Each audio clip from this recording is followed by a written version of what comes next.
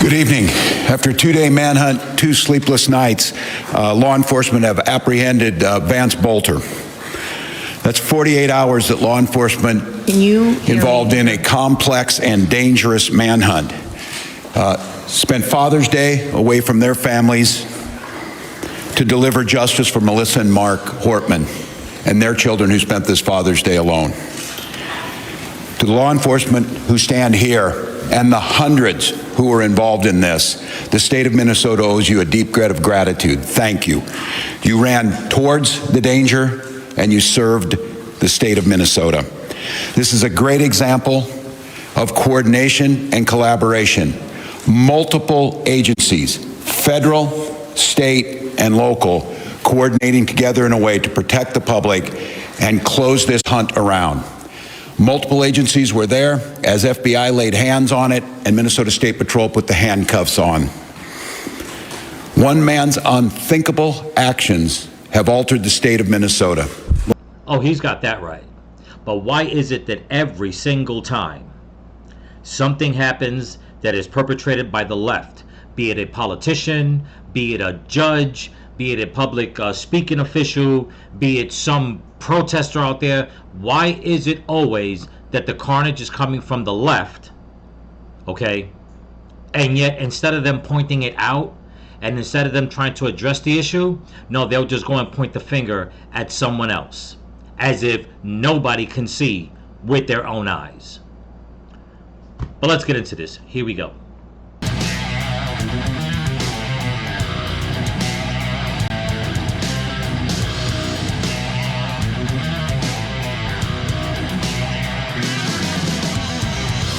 Hey there, Patriots. This is Troy Outlaw Patriot coming at you with another one. The video that I'm dropping tonight is a couple of stories that popped up that the mainstream media is somewhat talking about it, but not in its entirety. And one of them has to do with one of those No King's Day protests that happened last week. Now, the clip that I just showed you, okay, was Tim Walz talking about the that assassin that went and killed that poor woman, her husband, and then went and attacked 2 people first, got away, and then went and killed the woman and her husband that were working for him. You know, that clip that I played is over. This was a few days ago that he's over here talking about making it seem as if, you know what, it was politically motivated, which he was right, but how would he have known about that? Okay, because he put out that statement even before they knew who the person was. And then he'll come out and make, you know, speak out and say that one man, you know, basically disrupted things in Minnesota. Yeah, he is right. Okay. But it is not just one man that disrupted things in Minnesota. It's basically the whole damn Democrat Party, all their leftist judges, attorney generals, whoever it is. Okay. At this time, because it just seems like it never ends. I mean, there's a few things I want to talk about, so bear with me, because it just seems like all these leftist officials, then it's not that they're not reading the writing on the wall, is that they're the ones writing on the wall. And they're writing what they think others need to hear, and they're not taking responsibility and accountability, even though they keep pointing fingers, saying that people on the other side need to take accountability if we just go and criticize something that they do.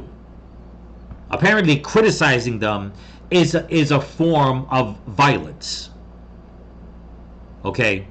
It's like the new mantra that all these protesters are trying to do while they're stopping people in their cars. They're telling them that silence is violence. In other words, if I don't stand on their side with them and speak out against it, basically speaking against myself, that I'm a violent person.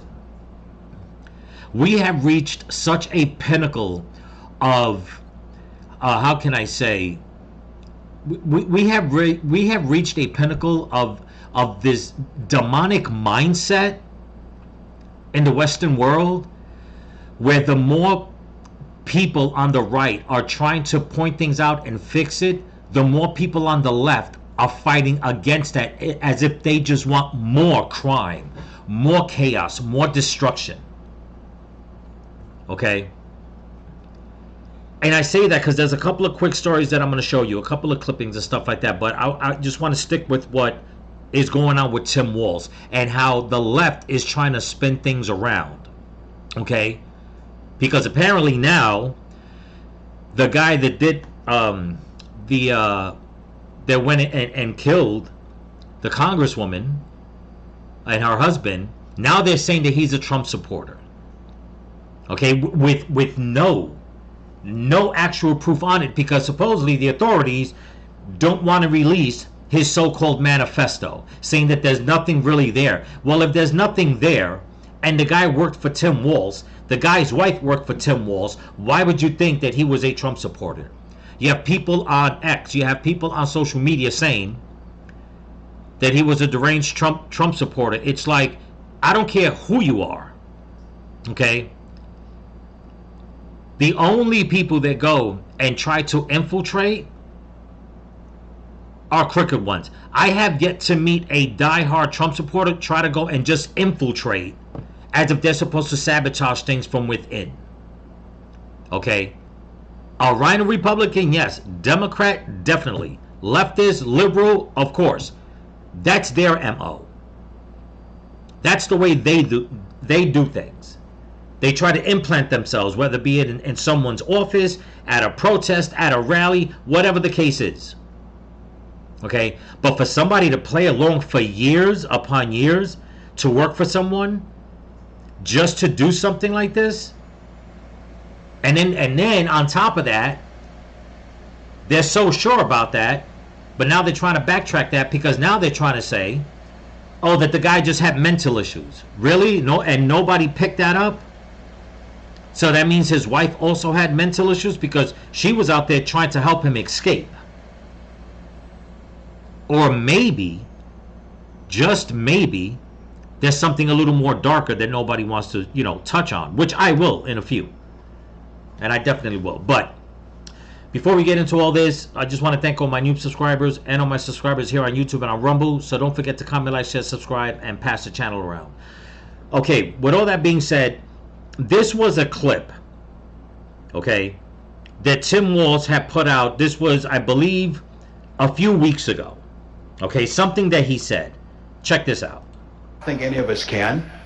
I'm getting called out on this because I called Donald Trump a wannabe dictator. It's because he is. It's because he is. Oh. The governor's being mean, and the governor's speaking out on that. Well, maybe it's time for us to be a little meaner. Maybe it's time for us to be a little more fierce. Okay, and you hear the crowd, how the crowd roars for that. Yeah, let's be more mean. Let's be more fierce. Yeah, of course they fucking would. Of course they would on the left, because that's all we keep hearing is crime coming from the left. The protests haven't stopped. They're still going on in Los Angeles. They're still going on in Seattle. But now that the feds are like, you know what? Now people are going to wind up getting, basically arrested. Now it's amplified the left to come out and speak out against it more. But it's like, but these are things that you people are encouraging. You're causing the trouble. And even with all that in light, you won't stop. And the reason why I bring up this clip that he put out a couple of weeks ago, okay, was because 2 months before that, okay, and we'll get to the clip in a second. Matter of fact, let's just cut to the chase now. 2 months before that, I'll get to it. He goes, this is what happens, and yet you would think that he would have he would watch his words just a little more, but it doesn't matter to him. It doesn't matter to any of these Democrats. I mean, it didn't matter, what, 24 to 36 hours after President Trump got almost assassinated? They didn't slow it down. They waited about a day and a half, and they just kept ramping it up with the dictatorness and the fascism, and he's a white supremacist, and it goes on and on and on. But this is what happens, okay, 2 months ago, before he made that comment 3 weeks ago. To more leftist lawlessness, and one of Tim Walz's state employees stands accused of causing around $20,000 in damage, vandalising Teslas. Here he is, filmed, looks like he's keying cars there. There is ample footage of these alleged incidents. Dylan Brian Adams is a fiscal policy analyst, a Minnesota state employee. He's been arrested kosher, and this comes just a few weeks after we heard Tim Walz, the failed vice presidential candidate, mocking Tesla's share price falling, attacking Elon Musk repeatedly. And to see these acts across the country, people going around vandalising cars belonging to individuals, I'm not advocating for attacking dealerships, but when you're actually attacking the personal property of someone, I mean, really, again, we talked about sickness that exists. This is another example of it. It is another example. And it's true. I mean, look at all these protests that are going on. I mean, from Seattle to California, I mean, New York, it goes on and on and on. And you have all these leftist officials, I mean, just gaslighting the shit out of people where they're physically attacking and destroying people's personal properties. If they're not vandalizing, if they're not busting windows, they're starting fires, they're doing graffiti, they're basically beating up on people, spitting on people. I mean, it is just non-stop. And that's what they're doing to civilians. Never mind what they're trying to do to law enforcement. Okay? So 2 months ago, one of his workers did that. Now they're trying to get him up on charges because he did about $20,000 worth of damage. They have another employee, somebody that worked for him, going along the same route. And now you got this guy that went, whatever his name is, Bolter, okay, and started killing people. And supposedly he had a list. We'll get to it in a second. Okay. Where he wanted to go and and just start killing people, and they're saying everybody on the list is Democrats. And then it got me thinking, okay, is it a possibility that somebody snuck into his campaign, basically what we say, perpetrating a fraud? Yeah, but I don't think that is what's going on. Okay. What I think what's going on, I think that he got, because now they're saying that the guy's crazy. First, he wrote a letter to his family. They read it out. Sounds like the guy's mentally stable to me. I mean, he was smart enough to go along with a facade of being this rich businessman, and he was out there traveling to the Congo and doing security details and stuff like that. Sound pretty smart to me. And then now they're saying that he's this, he's that, but now he's over here leaving in his so-called manifesto, or whatever the case is, or even put word out that there's a letter that he wanted to send to Kash Patel and Dan Bongino to investigate. People on the left are trying to skirt around that. They say no, he's just deranged. Or is it that the man probably got fed up with the Democrats? Maybe he opened his eyes and he started seeing, after working for them for so long, saying, you know what? These people truly are wicked. It doesn't excuse what he did. Not at all. I don't want anybody to get it twisted. That is not how you handle it. You want to expose people? By all means do it. It's actually more beneficial to expose them. Let them sink their own boats. Okay, let them live with their guilt in prison, whatever the case is. But to go out there and start taking lives, that's not how you do it. Okay, because none of this makes sense. The only thing that makes sense was someone that worked for the Democrats, got fed up with their bull, and unfortunately thought that it was better for them to take matters into their own hand. And that's not how you do it. Okay, I mean, even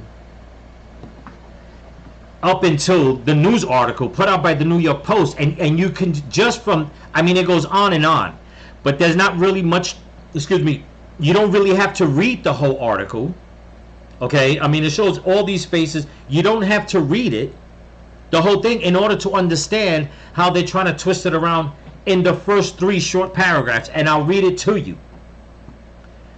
It says, accused Minnesota political assassin Vance Bolter wrote, now pay attention, wrote a deranged letter addressed to the FBI, in which he wildly claimed Minnesota Governor Tim Walz instructed him to kill Senator Amy Klobuchar, according to a report. That's just the first sentence. Wrote a deranged letter addressed to the FBI in which he wildly claimed. That's the first one. The second one, Bolter 57 alleged in the rambling conspiratorial letter. You see how they start the second one? Bolter 57 alleged in the rambling conspiratorial letter that the former Democrat vice presidential candidate directed him to murder Klobuchar as a part of a supposed plot for Walz to take their spot in the Senate. The Minnesota Star Tribune reported, citing people familiar with the writings. Okay? And then on the last one, the last sentence, it says, the letter, which is 1.5 pages long, is mostly incoherent and gives insight into the muddled mind of the Minnesota madman. Do you see how they twist all this crap around? Because in the beginning, when they said he was a Trump supporter right away, that had to be the case. Case in point, done. He was a Trump supporter. He went and did it. But now he's going and accusing Tim Walz of something deeper. And right off the bat, it's a deranged letter which wildly claims, because this is what they should have wrote. I'm going to take the key words from these 3 sentences. This deranged letter wildly claims that allegedly, in the mind of a rambling man, is deeply conspiratorial. You see what I'm saying? That's all they had to write. It was done like that because he has a muddled mind. That's all they had to write. Because that's basically the key words right in those 3 things right there of them trying to put the damn spin on it like the Democrats, the leftists always do. Okay? Every single time. When something comes back on them, it's got to be a conspiracy. The person's deranged. They don't know what they're talking about. Everything is good on our front. We're good in the Democrat Party. Us liberals are doing great. Never mind all the judges that are on our side, just letting people commit crimes in all the blue states, letting them go. Never mind about all that. We're doing perfect. You people need us. It's the ones on the left that are the criminals. They're the ones out there committing crimes. And I'll say it once again. We're going to get to the next segment. Okay? Because I said it before and I say it again. Hats off to all the true American patriots out there. All you on the right and in the middle that are truly opening up your eyes and leaving the left. Hats off to you that you are not engaging in anything the way the left have been doing. And I mean that. Because that is what the left wants. They want us to pop off. Okay? They want this whole thing to just explode on everybody. And hats off to everybody for holding the line and not giving in to this. Because the more the left are exposing themselves, at the same time, they're basically trying to get that rise out of everybody on the right. Okay? And it's not working. So hats off to all of you on the right. I got more. Let's get to the next one. Here we go. Okay, people. Sorry about the sudden drop in lighting. Seems like we got a power outage here, so I got to try to finish editing this video that I'm dropping. But anyway, get into another story real quick. And this is why I'm saying that when it comes to the leftists and Democrats, all their priorities are messed up. In case anyone didn't hear, not too long ago, there was a shooting at a pool party that wound up taking the life of, I believe, the homeowner. Okay, just so you get a quicker idea of what's going on, I'll play this video clip. Here we go. We often highlight Democrats' soft on crime policies that end up hurting our communities. And today, another example with judges setting absurd bond amounts, allowing violent offenders to walk free. Newsmax crime correspondent Jason Matera has the story from North Carolina, where one community is left shattered after this judge granted a bond to a suspected gang member. Good morning, Jason. What's the story on here? Hey, good morning, John and Charlotte. So this is one of those blood-boiling stories where a judge decided that a menace with an alleged trigger-happy finger deserved low bond. And what happened next was tragically predictable. On April 6th, a 20-year-old suspected gang member named Garen Killian allegedly opened fire in a crowded parking lot outside a Chuck E. Cheese in Hickory, North Carolina. 7 people nearly lost their lives. Killian was arrested and slapped with charges of attempted murder and assault with a deadly weapon. Then, inexplicably, he was granted bond by a district judge and allowed to go free. Unbelievable. He bonded out of jail on April 14th. 48 days.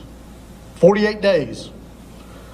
Later, all of our lives changed. This is frustrating. It's infuriating. While out on bond, police say the alleged gang member did what gang members do, plotted more senseless violence. This time, investigators say he used Snapchat to plan a mass shooting at a pool party. It is beyond frustrating that someone with pending charges for multiple counts of attempted murder is out in the community in the first place. Authorities say Killian rounded up his associates to, quote, air it out against a rival. Gang slang for lighting up the place in a shooting spree. On June 1st, investigators say Killian and his crew unleashed more than 80 rounds into a crowd gathered for what was supposed to be a summer get-together. 1 person was killed, 11 others were injured in what officials called an unprovoked attack. Killian was arrested again for first-degree murder, and yet again, a district judge in Catawba County put a price on public safety and set a bond amount, ignoring pleas from police who say enough is enough. Okay, I mean, you hear that, people? I mean, it's like, what in the hell is wrong with these people on the left that keep letting these things happen? I'm telling you, it's almost as if there's this massive blood ritual going on in the U.S., and they just need to feed that hunger. Okay? I'm just not understanding it. I'm just not. How are these political officials allowed to say what they want to say, have people work for them that commit crimes, go and then have judges and district attorneys, whatever it is, in their states that go and let criminals out on the street? It's like, what in the world is wrong with you people? I mean, it's insane. And then when they'll say that, the laws in Florida are too strict. Yeah, they're strict for a damn reason. Okay, they're strict for a reason. And then to make matters worse, a video that I put out a few days ago of that shooting, okay, in Salt Lake City, if anybody remembers when they had that protest, that No Kings protest, okay, check this out right here. This is the latest. I mean, it's insane. This was the guy that supposedly pulled out a rifle, was supposed to shoot. Somebody, one of the peacekeepers, counteracted to shoot him. He got shot, but in the process, an innocent person got killed. It says, judge orders man arrested in No Kings protest released from jail. I got to read this real quick. Like I said, I'm losing power here, but I'm going to read this real quick because I cannot understand. Usually when somebody starts something, they're usually the cause for if anybody gets hurt, which he obviously started something. But right quickly, it says the armed man arrested for investigation of murder during the No Kings protest in Salt Lake City has been released, okay, from the Salt Lake County Jail late Friday. On Friday, 3rd District Judge Jared Blanche signed an order prepared by the Salt Lake County District Attorney's Office to have Arturo Gamboa, 24, released from custody while he waits to see if any formal criminal charges will be filed against him. The order comes one day after the court agreed to extend his hold in the Salt Lake City County Jail by 3 days. It says the decision was made after the district's attorney's office reviewed the preliminary evidence in the case for the first time on Friday.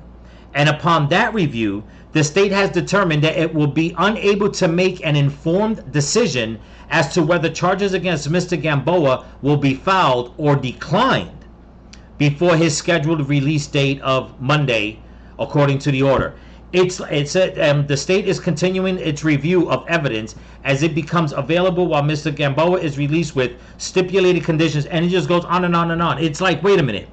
You mean to tell me that this man went to a protest, decided to take a weapon out of his bag? The report goes that he rushed into the crowd, and then he was met by two other people. They pulled out guns. One guy was the one that shot 3 shots, hitting him, and wound up killing another person. And you mean to tell me that you think that this man is safe out in the street if all this is true? If the man was out there to do some damage, okay, why would you let him go?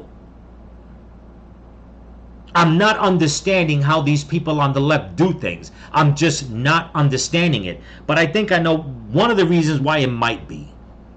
And if I had to guess, in all honesty, it's because he's one of theirs. It's probably one of their disgruntled supporters. And for some odd reason, decided to do what he wanted. And you know what? It's like, no, we're just going to let everybody go. Because I don't understand how Tim Walz could get away with what he says. He's got people that work for him that went and committed crimes, horrific crimes. You've got, in another state, some kid that was arrested. They let him go. He was arrested the first time for mass shooting. They let him go. No bail. He went and did it again, killed somebody, and they let him go again. It's like, are you kidding me? And then you got this guy who went and caused this whole melee at a protest, and they're letting him go because what? Not enough what?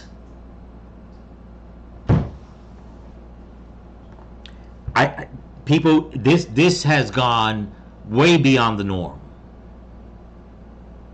Way beyond the norm. Okay? And I truly hope that Pam Bondi, Kash Patel, Dan Bongino, whoever it is, okay, in the federal government, Department of Justice, they need to start investigating all these cases. They need to start investigating all these judges. And damn it, you know what? People need to start signing petitions to start ousting these judges, district attorneys, whatever the case is. They need to go.